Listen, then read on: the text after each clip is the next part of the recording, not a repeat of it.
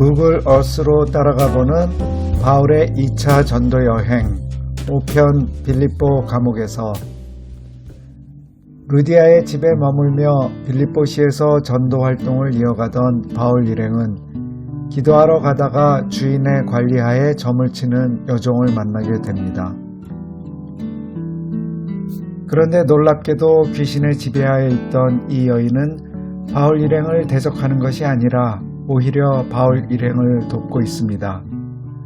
이 사람들은 지극히 높은 하나님의 종으로 구원의 길을 너희에게 전하는 자라는 여인의 외침은 어떤 의미일까요?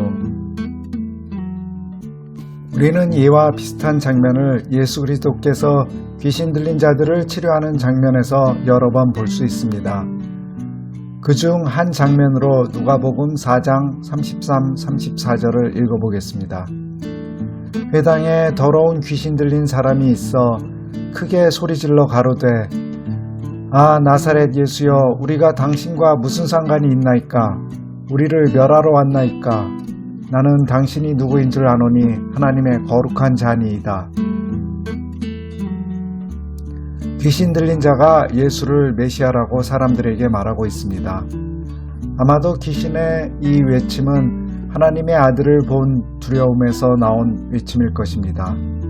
제발 무서우니까 자기들을 내버려 두고 떠나시라는 말일 것입니다. 바울 일행에 대해서 외치는 점쟁이 여인 속에 거하는 귀신도 두려움에 소리치는 것일까요? 제가 보기에는 예수님 앞에 귀신 들린 자에 비해 이 여인은 전혀 두려워하는 모습은 없는 것 같습니다. 자발적으로 따라다니면서 바울 일행을 괴롭히려는 의도가 다분한 것 같습니다. 사도행전 16장 18절에도 바울이 심히 괴로워했다고 말하고 있습니다.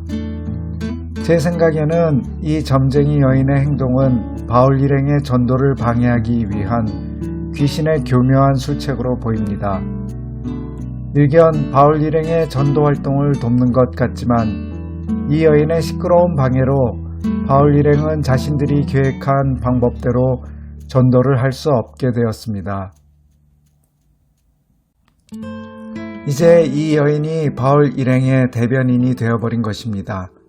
바울 일행이 전도를 해도 이 여인의 선포에 따라 전도를 하는 셈이 되어버렸고 전도가 성공적일수록 이 여인도 바울 일행과 함께하는 그리고 하나님이 함께하는 점쟁이가 되어버리는 구조가 된 것입니다. 더구나 며칠을 따라다니며 바울이 말을 하려 할 때마다 이런 식으로 먼저 시끄럽게 떠들어 전도활동을 광대극으로 만들어 버렸습니다. 덕분에 온 도시에 홍보는 제대로 되었던 것 같습니다. 이제 바울은 이 여인의 선포대로 하나님의 종으로서 뭔가를 보여줘야 합니다. 아마도 사람들은 놀랍고 신기한 기적을 기대했을 것입니다.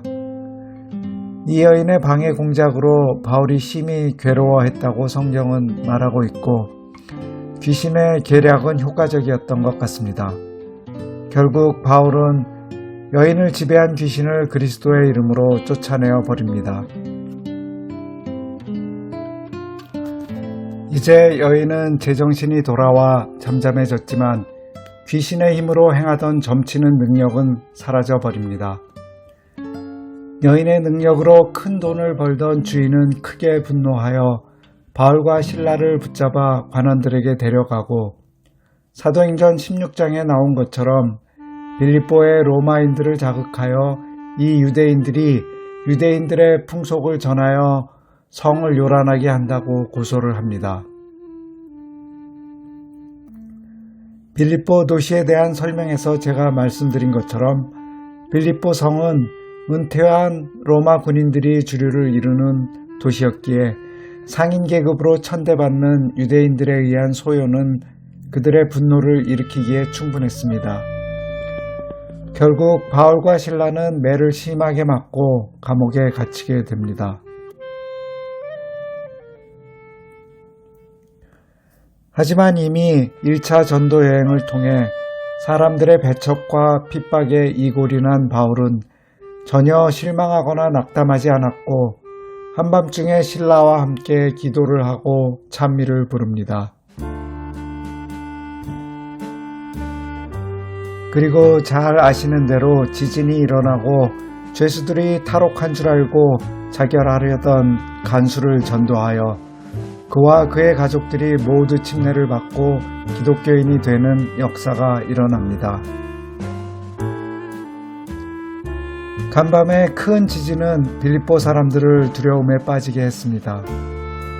성경에는 말하고 있지 않지만 관원들은 간수의 보고를 통해 바울 일행을 가둔 것이 원인임을 깨닫게 됩니다.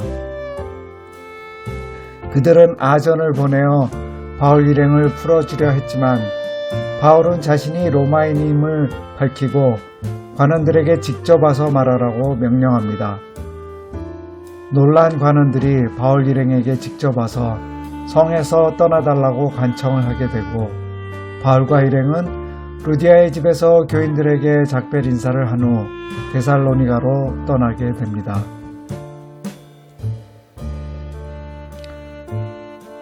빌립보에서의 전도 활동을 통해 루디아 가족과 간수 가족들이 주축이 되는 빌립보 교회가 세워지게 됩니다.